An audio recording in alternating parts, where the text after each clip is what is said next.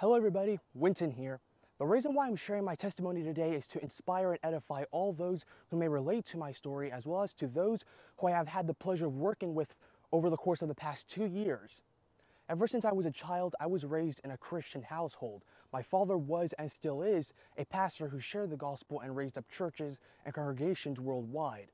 My parents were never the type of people to pressure the religious beliefs on me or my siblings, but they wanted to give us free will, wanting us to believe not because of them, but because we genuinely wanted to live a life for Christ. As far as I'm concerned, I've had a very tumultuous childhood.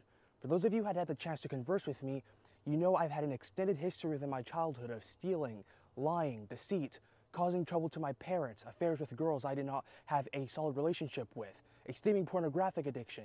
But on top of all of that, I had an ultimate determination to win and to be the best of the best in whatever trade I pursue. Until I was around 16, I never really paid attention to all of my faith or spiritual life. However, one thing I developed around this time was a burning passion to serve people and my community.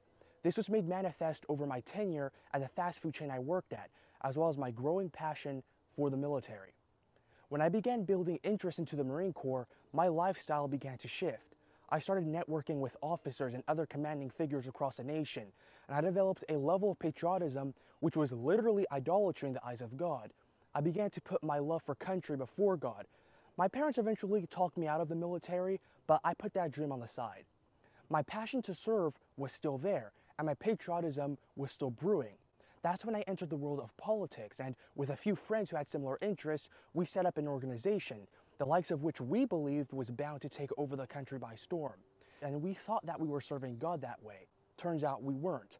One pivotal moment came when I realized that my drive and efforts, while well-intentioned, were misaligned with the true calling of a living Christ-centered life.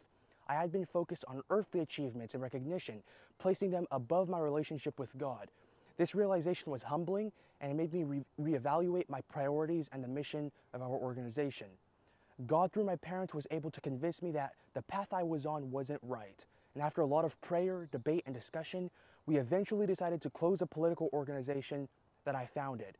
Now, by that time, I decided to get baptized and I decided to dedicate my life for Christ. And instead of focusing my life on winning votes and ballots, my mission was shifted to winning souls and crowns. I still have a deep desire to serve my community. Only this time, my service must represent Christ in every way. There are countless ways to serve Christ, and I believe that God will guide me towards success in this ultimate mission. This journey of faith has showed me the importance of aligning my actions with my beliefs, whether it's through ministry, community service, or simply living a life that reflects pure Christian values. I am committed to making that positive impact. My goal is to inspire others to seek a relationship with God and to contribute to a world that embodies His love and truth. This new direction in my life fills me with a sense of purpose and fulfillment, knowing that my efforts are now dedicated to a cause greater than any political ambition. So I highly encourage anybody, any of you who want to make a great impact in this world, instead of doing it through the means of carnal intelligence and secular wisdom, do it according to the Bible, do it according to God, do it for Christ. That's my testimony. God bless.